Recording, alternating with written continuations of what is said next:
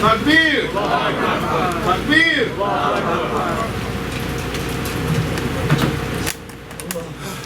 Alhamdulillah.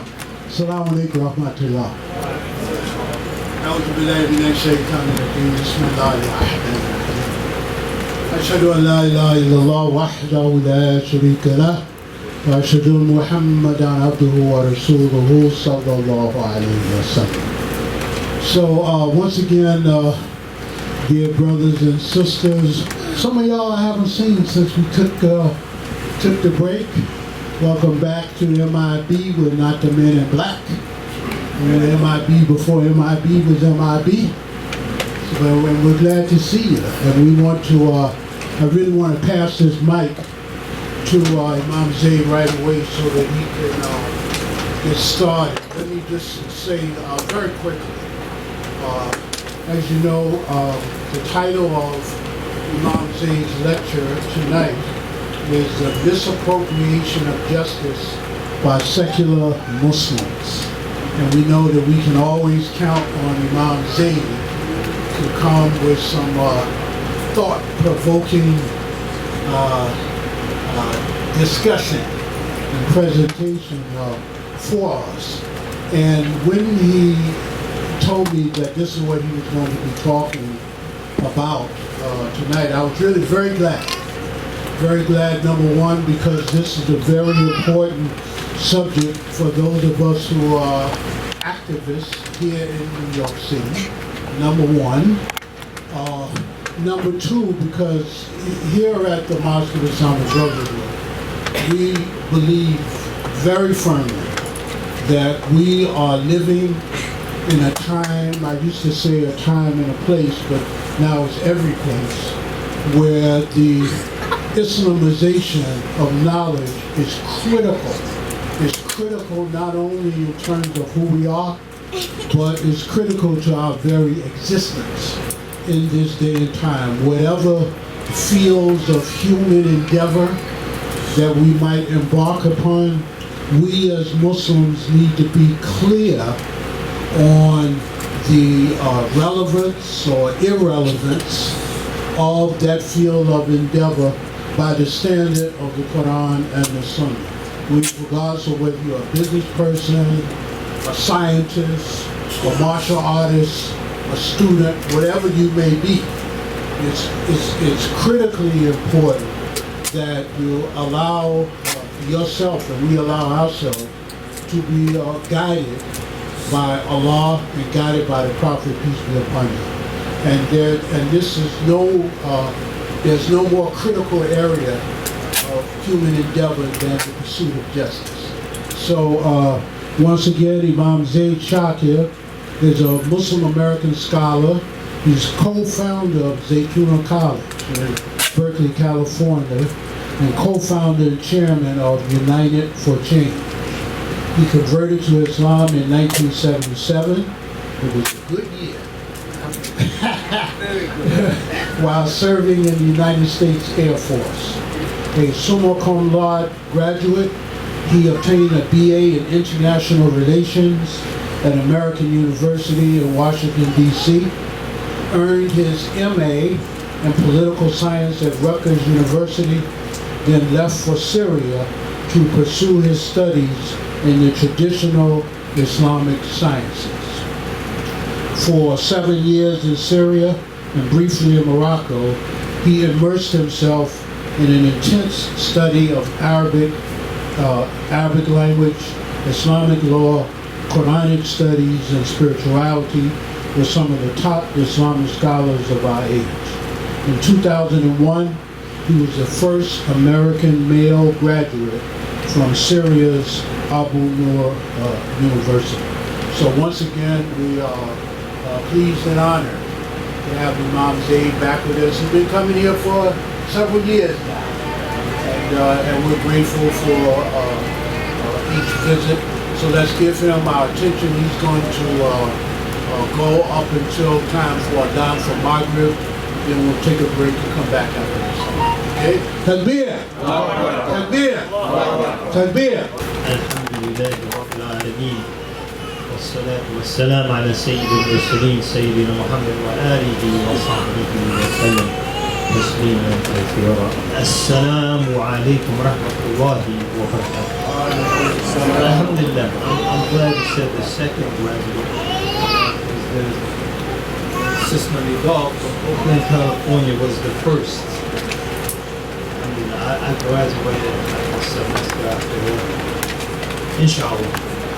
So the misappropriation of justice by secular Muslims, I want to issue a disclaimer from the beginning. I'm not trying to argue that there's no pursuit of justice in Islam. As Imam Talib mentioned, that's a very fundamental aspect of our religion, especially those of us who are struggling here through various movements in North America, but specifically in the United States, and more specifically in the inner cities of the primarily but not exclusively the eastern part of the country, that justice has a very high place. What I will argue is that the way justice is being used and abused is very dangerous and forebodes of some very dangerous developments for us as Muslims. So the first thing I want to do is just define the terms, because if I'm thinking misappropriation means this and you think that, and I think secular Muslims are this and you think is that, and I think justice is this and you think is that, then we're not going to get anywhere. You might end up throwing stuff at me. Get them out, I'm taught it. Never bring them back. So misappropriate. This is from the Cambridge Dictionary. To steal something you have been entrusted with, to steal something you've been entrusted to manage and to use it for your own benefit. So we've been entrusted with Islam. We can't use this in ways detrimental to what it is for our own benefit. So again, to steal something you have been entrusted to manage and to use it for your own benefit, that's misappropriation. Second definition is justice, misappropriation of justice. So justice, I'm going to give definitions that have been given by Sharia first, because that's our starting point. What does Allah and the Messenger and the ulama and the fuqaha and the usuliyun, what do they say about something? And then we proceed from there. So one definition of justice is definitions from a book called Al-Ta'rifat by Al-Jurjani. So literally the definitions by a great scholar Al-Jurjani. And this is probably one of the most definitive conceptual dictionaries that define concepts in the religion. Al-Jurjani says, Al-Adlu, justice, ibaratun an al-istiqamati ala tariq al-haq bijtinabi amma huwa mahdhurun dina. So he says that it's an expression of being upright along the path of truth. Istiqamatu ala tariq al-haq. Upright on the path of truth, and the path of truth, al-haq, al-Islam. باجتناب عما هو محظور دينا, while avoiding those things which are prohibited by our religion. So being upright on the path of truth while avoiding those things that are prohibited by our religion. That's Al-Jurjani's definition of justice. And so justice cannot be separated from the deen. We can't say, oh, Foucault says this is justice, and then there we go. So whoa. How does that stack up against the teachings of our religion? The second definition of justice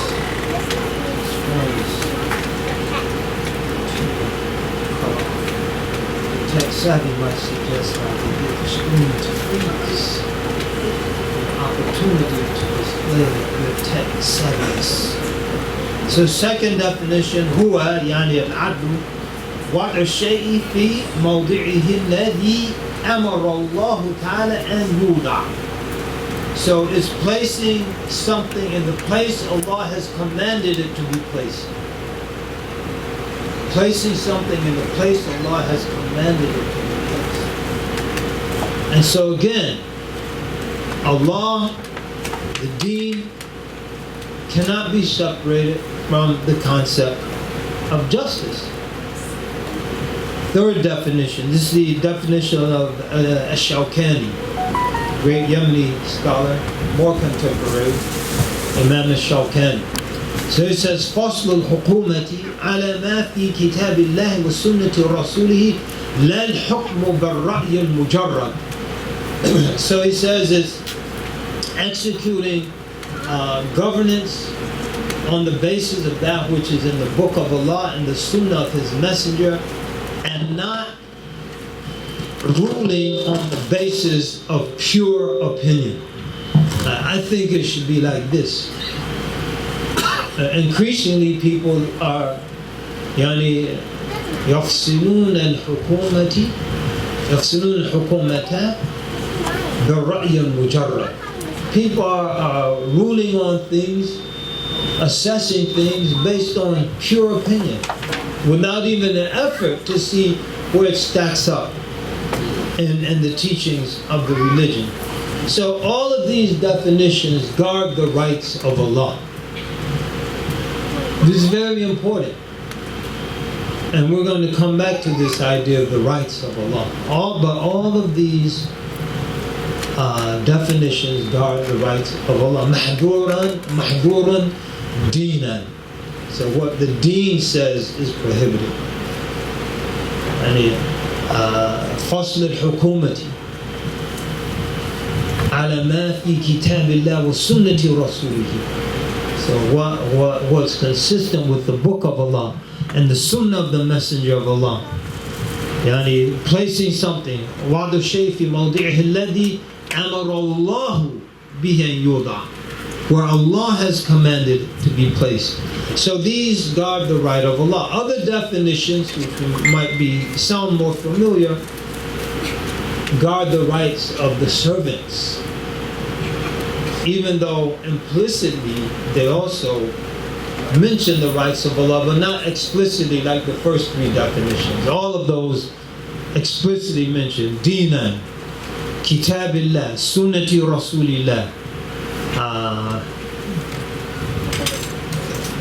على ما أمر الله. So these definitions, by way of example, العدل إعطاء كل ذي حق حقه. Justice is to give everyone who has a right their right. Justice is to give everyone who possesses a right their right. So the book of Allah is not mentioned, the sunnah of the messengers are mentioned. Implicitly, there are rights we owe to Allah. Imam Muhasibi, we actually have a lesson in the abridgment of this book. He wrote a really great book, li hukukillah, carefully guarding the rights of Allah. So Allah has rights over us. The messenger of Allah has rights over us. But this particular, and the people have rights over us, no doubt. But this one doesn't explicitly mention Allah, the messenger, shar'an, dinan. But so we say more generally this is applicable to the rights of the people. Now all of these definitions of justice, those which you can say are guarding the rights of Allah, more explicitly those that we might say are guarding the rights of the people, all of them are rooted in virtues. In other words, and virtues as defined by revelation. So this is the fundamental difference between Ahl Sunnah and the Mu'tazila. Mu'tazila say that virtue is defined by human reason. And we can see how slippery that is. But if you consider now, one of the greatest crusades, justice crusades, is the crusade to normalize the LGBTQI plus lifestyle and mainstreaming. Right? And people say, based on this or that, this is the reasonable thing to do. 100 years ago, people using their intellect would say, you crazy. They wouldn't even know half of the letters. They would have knew the LG, the LGB. That's it. 100 years ago, and someone said this should be normalized, and we should teach this to your kids in pre-K. They might have strung you up on a tree. But so human reason is susceptible to change based on changing circumstances. So these definitions of justice are not susceptible to change because they're rooted in revelation. Kitabullah, Sunnati Rasulillah, Dinan, Shar'an, Ma Amarallahu. So these are not, these ideas or concepts of justice are not susceptible to change. So they're rooted in virtues. They're rooted in a standard of assessing right from wrong based on the ethical scale of the Sharia, meaning, which we're all familiar with. You might not be familiar. Ethical scale, what's he talking about? Wajib, something incumbent. Mustahab, highly encouraged. Mubah, permissible. Makruh, disliked. And haram, forbidden. So why is it an ethical valuation? Because there are rewards and punishments associated with it. And those rewards or punishment are based on whether it's right or wrong. So the wajib, if we do it, we're rewarded. If we leave it, we're punished. The mustahab, if we do it, we're rewarded. If we leave it, we're not punished. Mubah, there's no immediately reward or punishment associated with it. And it can be go either way though. Because if the mubah leads us to the mustahab or the wajib, then there's a reward. And if it leads us to that which is disliked or forbidden, there's a punishment associated with it. Then the makruh, which is dislike, or he literally hated. Dislike is a euphemism. So you say kariha, yakro, who hates it. Makruh, hated. That's why the people that smoke cigarettes, if anyone here, don't raise your hand because you can't say I'm picking on you because I don't know if anyone smokes in here. I assume most of the believers don't. There might be someone taking an occasional puff. But you'll say to someone like, you know, that's haram. They say, no, it's makruh. Say no. Those fatwas that said it's makruh, they were issued before the harm was known. Before they knew it caused lung cancer and throat cancer and emphysema, etc. That's when, but once the harm was known, then the ruling changes. Because one of the fundamental legal principles in our religion, ad-dararu yuzal, harm is to be removed. Harm is to be removed. But then the brother or sister, some sisters smoke, not any of these sisters, but they said, no, brother, it's not haram. It's makruh. Not even blow some rings. They said, what does makruh mean? Allah hates it. MashaAllah. That's what it means. Allah hates it. And then the haram, so the makruh, if we leave it, we're rewarded. And if we do it, we're not punished. And so eating garlics and onions before you come to Taraweeh, and you rush to eat it, because you had to come to Taraweeh. So it then thoroughly digests. And then the prayer comes. It's time to make the salam. It said, Assalamu alaikum wa rahmatullah.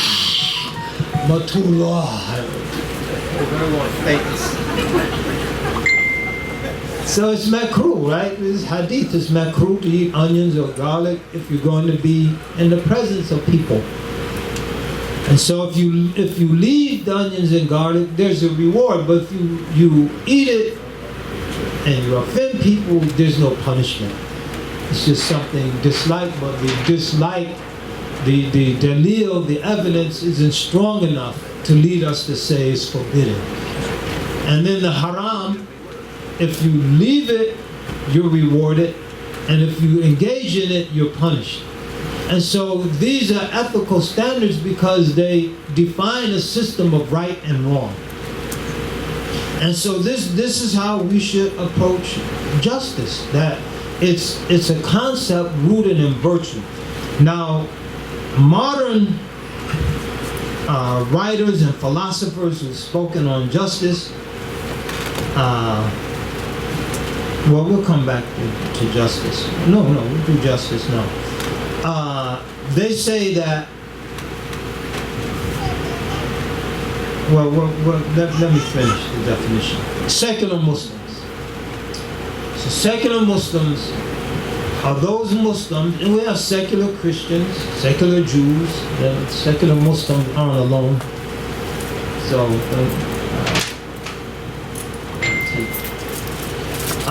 secular Muslims are those who make decisions of religious import in their daily lives without considering religious teachings and with no immediate consciousness of accountability to a higher transcendent power.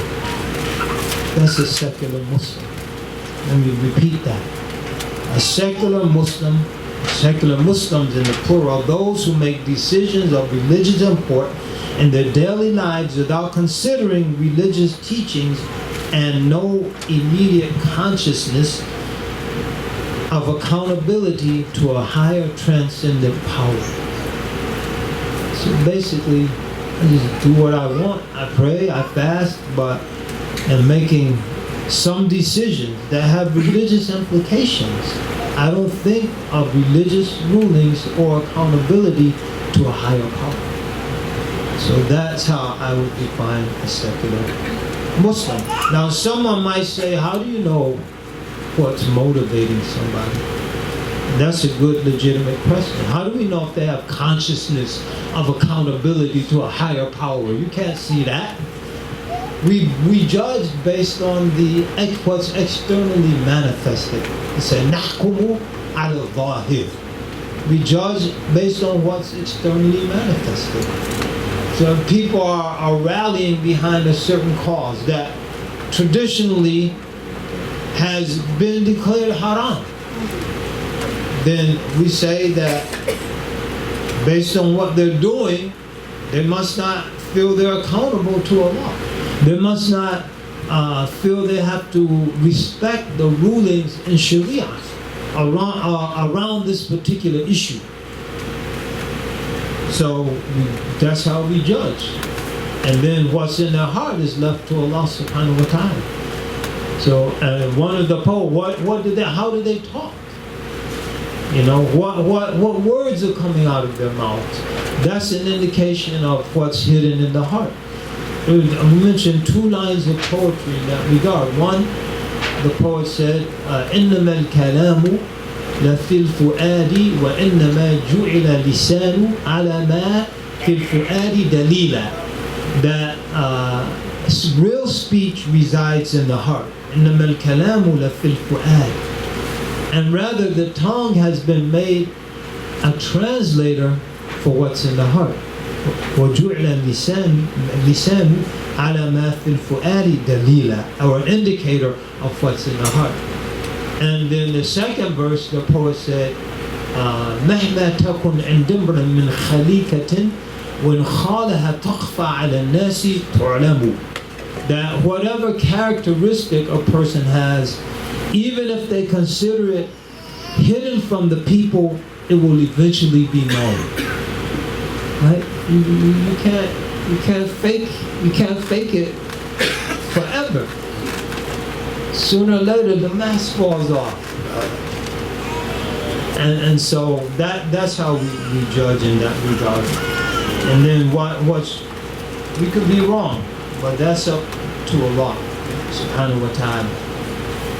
So alternative versions of justice that aren't rooted in virtues defined by or rooted in revelation.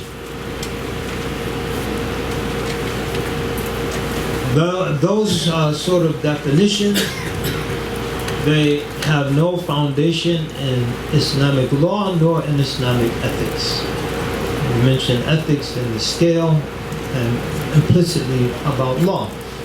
So instead, there are two ideas that are prevalent. One was first advanced by the German philosopher Immanuel Kant, who and then refined by American political philosopher John Rawls. So Kant said justice derives from an imaginary social contract. So Rousseau's social contract. So Kant said, when the people come together and agree on something, like all of us agree that this is right, this is wrong, he said it never happened. So therefore the social contract is imaginary. And so we began to imagine what would be amenable or what would be disliked by this imaginary meeting of the hearts and minds. And that becomes the foundation of justice. And again, there could be some virtue in that, but at its roots, it's not rooted in virtue, and it's definitely not rooted in revelation.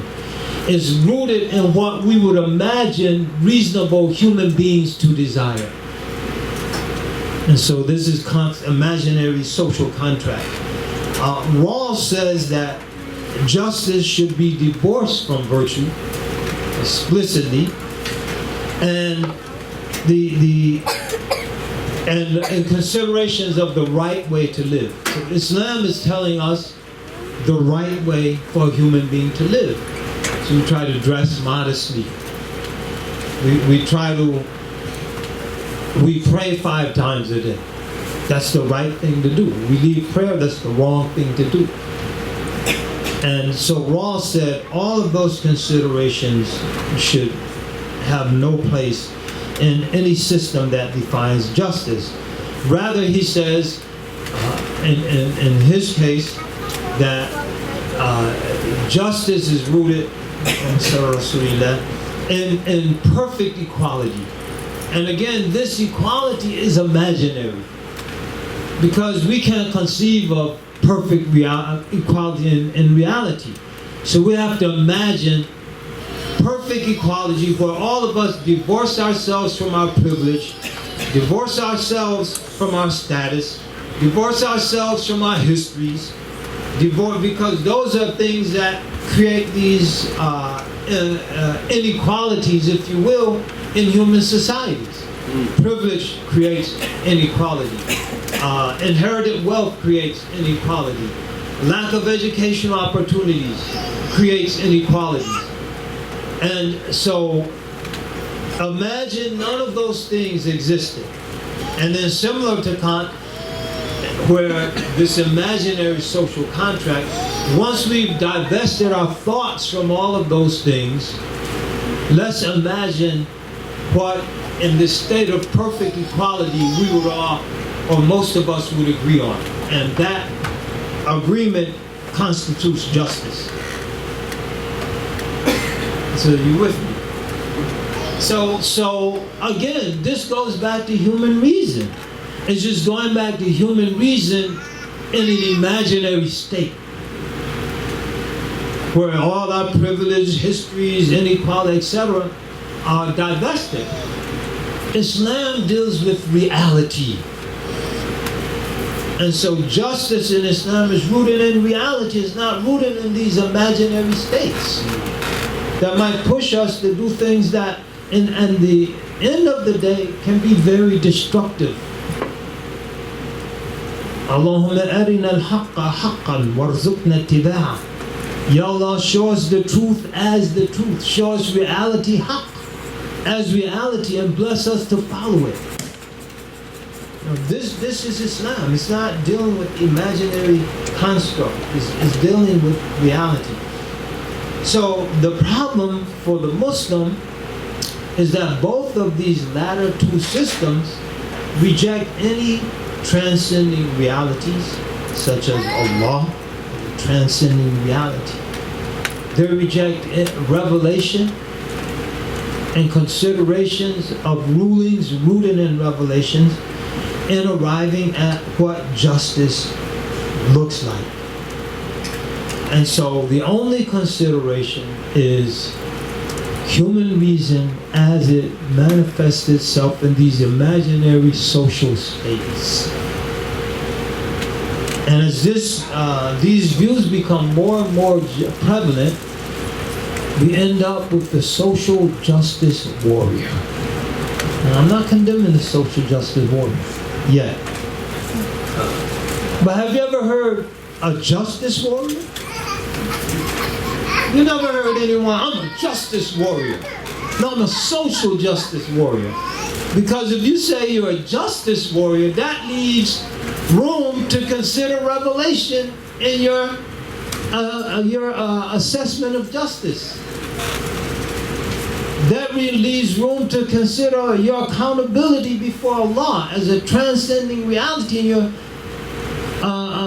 conceptualizing justice. You say social justice is all people, society. Justice in society, for society, by human beings in these imaginary states in society. So the problem isn't social justice.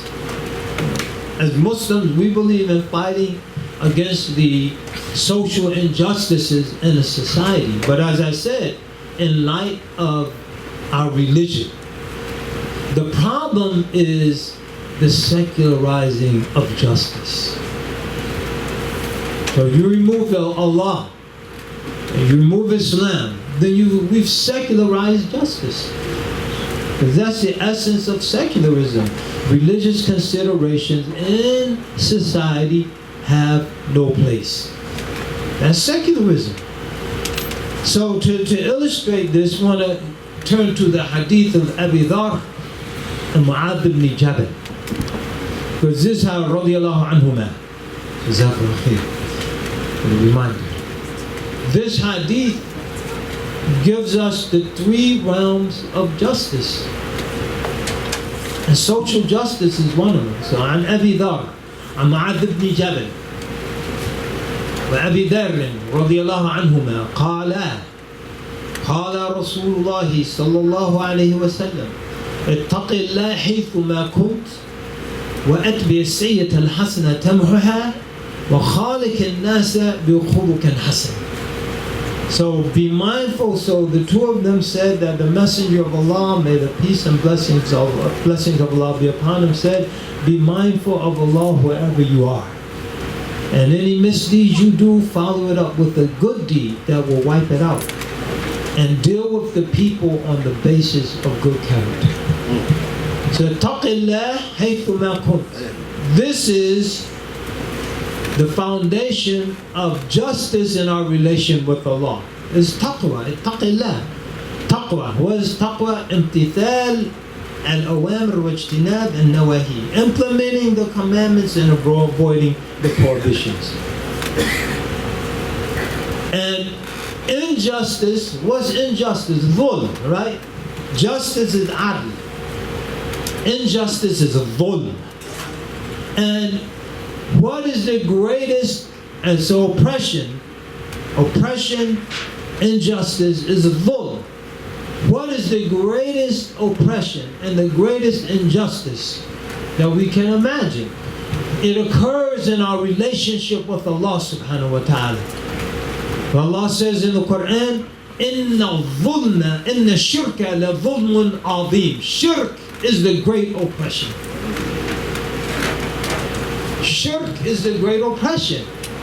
And why? Because it involves injustice in our relationship with Allah subhanahu wa ta'ala. Wallahu Akbar. Allah is the greatest. And so violation of the rights of Allah would be the greatest violation. Allahu Akbar. And so the atheist, the secularist, like some of the people Kant or Foucault or these people, they don't believe in Allah, so shirk has no meaning in consideration with them. Then he says, أَتْبِعِ السَّيِّئَةَ الْحَسَنَةَ تَمْحُهَا. And any misdeeds you do, follow it up with a good deed that will wipe it out. Tawbah. Tawbah is the right our soul has over us. So our soul has the right over us. And so we can be oppressors in our dealing with our soul. So, وَمِنْهُمْ ظَالِمٌ لِنَفْسِهِ. Amongst them there are those who oppress their very souls. إِنَّ الَّذِينَ تَوَفَّهُمُ الْمَلَائِكَةُ ظَالِمِي أَنفُسَهُمْ. Those who Allah takes their souls while they are oppressing themselves. And so this is the second realm of justice. We have to be just with our souls. But the atheist and the secularist isn't thinking about death and life beyond the grave and akhirah and jannah and nar. So that one goes. And then the hadith concludes, وَخَالِكِ النَّاسَ بِخُلُقٍ حَسَنٍ. And deal with the people on the basis of good character. So this is social justice. خَالِكِ النَّاسِ. Deal with the people with good character. Be honest with them. Be equitable with them. Share with them. Consider their hardships, etc. But that's not all of justice. That's 1/3 of justice. And when we make that all of justice, we've secularized justice. And that's where the misappropriation occurs. Because we'll take all of those teachings about كُونُوا قَوَامِينَ بِالْقِسْطِ, be upright for equitable justice. إِعْطَاءُ كُلِّ بِحَقٍ حَقًّا. Everyone has their rights. But then it's misappropriated and it's used in a way that doesn't consider the rights of Allah and doesn't consider the rights of the soul. Like, should I be advocating for complete sex changes? Remember the days we used to debate, could you pluck your eyebrows if you had a unibrow? Yes. So we get in, no, the sheikh said you can't pluck your eyebrows. No, the eyebrows span. Eyebrows, organs get changed, hormones get infused, beards get grown. Why? Because thinking about, is this haram or halal? Hello. Goes out the window. And that's when justice is secularized.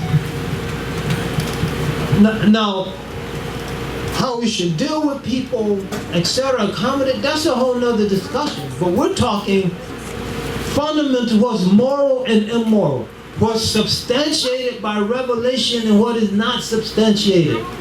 And those are considerations the Muslim makes, because those are the things that makes our deen unchangeable.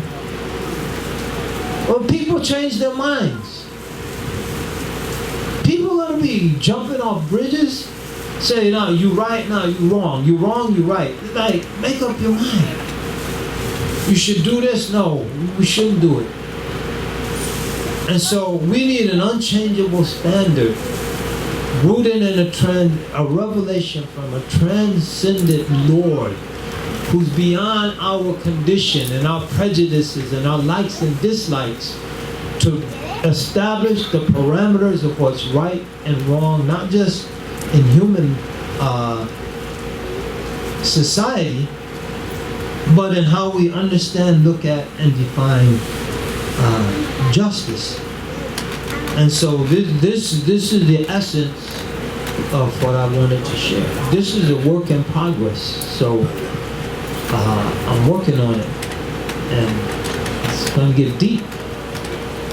But we need direction, especially young people. Young people are confused. It's not their fault. We're supposed to be the people with the wisdom, experience, and knowledge to provide the guidance. But we've been absent from the battlefield, the intellectual battlefield.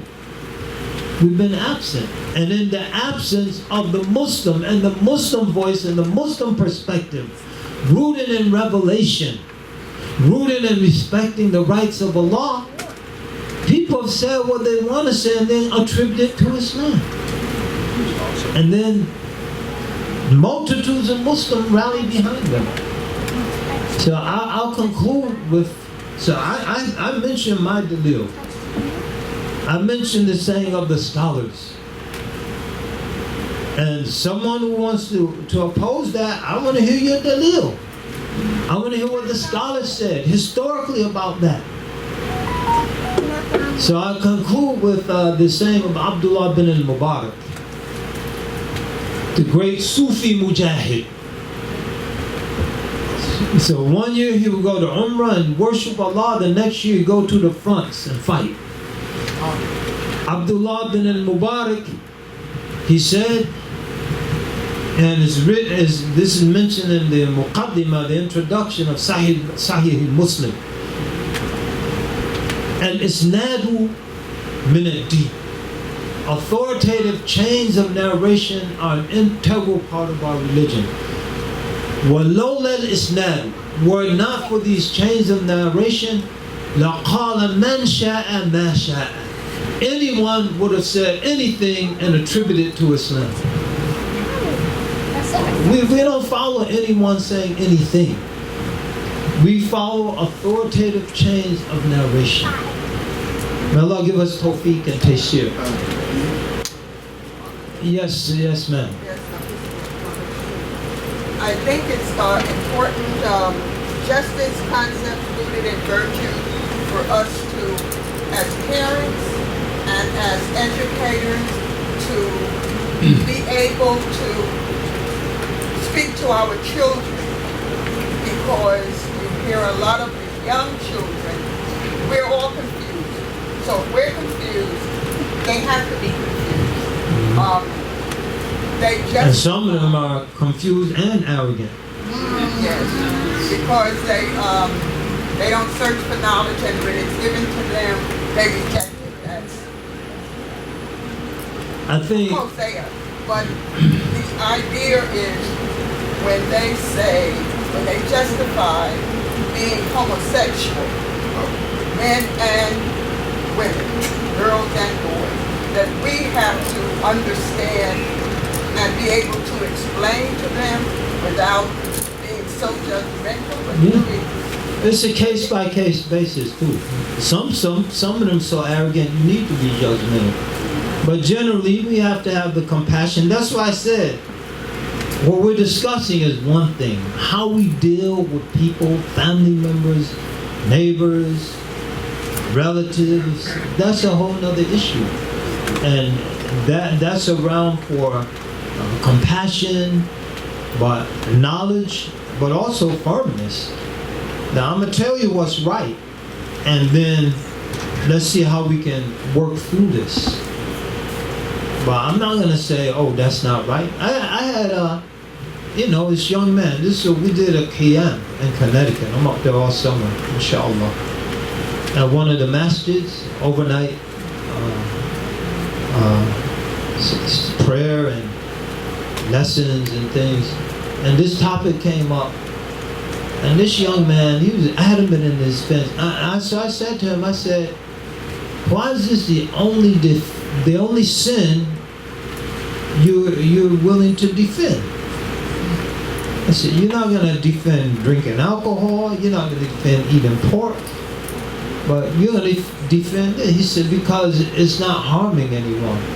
And there was a doctor next to me. I said, it's not harming anyone. I said, you don't know about gay bowel disease? You don't know about collapsed rectums? Men wearing diapers? You don't know about the heightened transmission of AIDS? And he said, oh, you could get AIDS heterosexually. And then the doctor said, yeah, but you get it 10 times more likely to get it homosexually transmitted. And he wanted to argue with the doctor. And so we have to be firm, but we have to approach things on a case-by-case basis. The different personalities, different sensitivities, but we also have to be see things as they are. Because a lot of people in that community will play their compassion card. Oh, you're so cruel. It's people like you that make people like us commit suicide. And this breaks some people down. They're, oh, I'm not making you commit suicide. Those people who told you this stuff was halal and encouraged you to get involved with this, they created the conditions that create the madness in your mind, not me. So don't point that finger at me. You know, I didn't do this. Allahu Mustaan. Yes. Question was. But I have no compassion. I have compassion. Family member. I mean, most of us are converts. So our families, we know people, uncle this and cousin that and nephew this, and they might be in one of them letters. We're not saying go throw someone off a building. There are relatives, there are families. So we trying to, we say that this is, in our religion, this is a moral abomination. So if you want to still talk about it, let's talk about it. And let me see what kind of assistance I can provide you, which they're making haram. Now you can't talk about someone who's 6'3", 245 pounds of solid muscle, who woke up one day and discovered he was a woman. You can't say, dude, man, you're a man. Come on. Now let's work through this. You can't do that. The Equality Act makes that forbidden. It's forbidden in California right now. You can't give nasiha and deem nasiha. Religion is sincere advice. You can't give that advice. The people passing those laws, the people sexualizing our children in kindergarten, I have no compassion. They're the dupes of Satan. They're the awliya of shaitan. That's who they are. And we should take them as an enemy. The enemy of our religion. Now the average person in the street, that's another story. But those people up there, making those decisions, pushing those laws, they're the awliya of shaitan. And we shouldn't hesitate to say it. They're the awliya they're the dupes of Satan. Qatalahumullah. May Allah oppose them. Yes, sister. I'm sorry. Another issue. You have some people who are about equality of the sexes, who want to debate the point that men in Islam can have women who are Christian or whatever. Why can a Muslim woman have a man who's not Christian or not Muslim? Why they want to know why can that be a case? Because I know what the Quran said, but I want to know, could you speak to that for a moment, because it needs to be clarified, because I think this is an example of the secularization of so-called justice. All right. Yeah, I think number one, we should understand a lot of those rulings, they're general, but they're specific. A lot of them were specifically applicable for Muslim soldiers who were going into these non-Muslim lands and then settling there. They didn't have women with them. And so their ability to marry from local non-Muslim women was one of the great ways Islam was spread. The ulama say in a land that's contemporarily where either the Muslim women are not finding marriageable husbands, or a Muslim who might marry someone from a non-Muslim community, and the whole social system is reinforcing the wives' values, they say those marriages should not take place. And so there are times when rulings are best suspended. So we don't say they're abrogated. They're not abrogated. It's there in the Quran. It's lawful. But under the circumstances, it should be suspended or amended.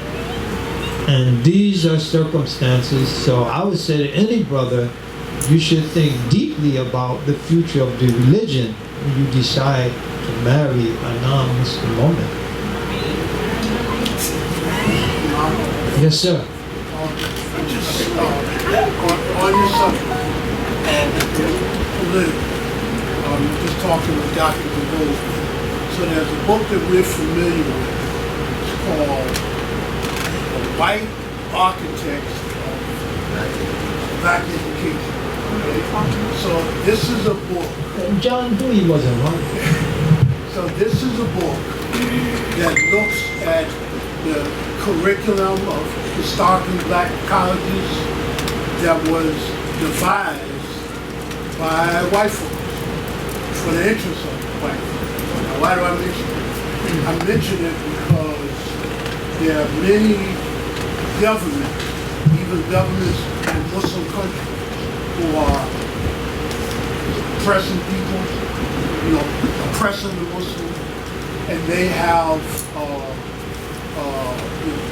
scholars of their own who justify actions that are taken, policies that are being changed, and that kind of thing. And they do it in the name of quote-unquote modernism. So I was wondering if you could speak to that. And add in there, they also will do it like in the name of like the war on terror, stuff like that. Yeah. First of all, in terms of our situation, I think it's very important for us to get back to what works for us. And there's never been a successful reform movement in the African American community that did not empower the men. Because once you and did not empower the men on the one hand, and did not give the women the spiritual and psychological space to be subordinate to men. That takes some space. And so you look at, in terms of the most powerful reform movement was the Nation of Islam. And you look at the family dynamics that the nation advanced. It empowered the men, and it encouraged the women to be supportive of the men and not to be my individual career first, my family first. And that affected a very powerful change amongst the most psychologically devastated, the prisoners, the addicts, etc. And so that's very, very important. We have to understand this situation that has made so many men unmarriageable, in the sense they're not willing to commit to no family, they're not willing to commit to a woman, they're not willing to go work 9 to 5 and something that won't lead to prison in 5 or 6 months. That's the result when you talk about policies, educational, of social policies. 3 strikes law. Where'd that come from? It came from white liberals, Hillary Clinton super predators. You can't live in federally funded or HUD housing once you are a convicted felon. So you get out of jail, you can't go back to your wife or your girlfriend because she lives in the projects. Where do the laws come from? You can't get a Pell Grant or federal financial aid if you're a convicted felon. And so who's that? All of that's targeting the black man. And taking aid for families with dependent children. And all these policies encourage the man to leave the family. Because if the man's there, you can't get aid for family. And so we end up with the holy whores. Because you put down who the father of this baby is, they going after him. They're not going to give you no money. So you put father, unknown, with niqab on. You're all holy and don't even know who your baby's father is. That's a direct result of policies that affected first and foremost the black man. Stop and frisk. All these young brothers thrown in jail right at the age where you should learn to be independent, making a ward of the state. 19, 20, 21, you learn and go out, get a job, take care of yourself, pay your bills, be responsive to a family. Hundreds of thousands, millions being made wards of the state. Those are policies, like those educational policies that were specifically designed to destroy our families. And so we have to step back and begin to rebuild with Islam. And that is going to take a lot. And why Islam? Because, as I said, you have to clear up the spiritual and psychological space to do some of that sacrificing, men and women. We all got to do some sacrificing.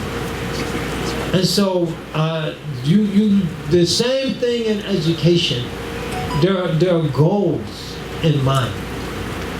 And, you know, I think one thing, a positive thing that came out of some of those educational reforms is that, on the one hand, you did get a Booker T. Washington and a Tuskegee Institute, and the idea of before the nation, do for self, go into business, work with your hands, no one can take that from you, and begin to build the infrastructure of your community yourself.